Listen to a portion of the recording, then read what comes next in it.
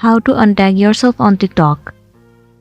So the very first thing you want to do is to head over to your application TikTok and make sure you are logged into your specific account. Once you are on your For You page, head over to the inbox section. Move into activities, and right here you can see that this person has tagged you in one of the posts. Head over to it.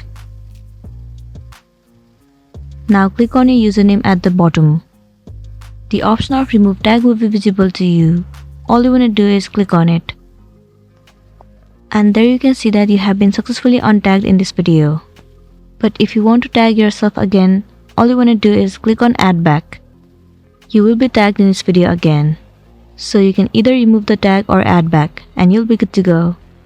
So that's it, and this was a tutorial video on how to untag yourself on TikTok. I really hope this video is going to be helpful for you. Thank you for watching it till the end.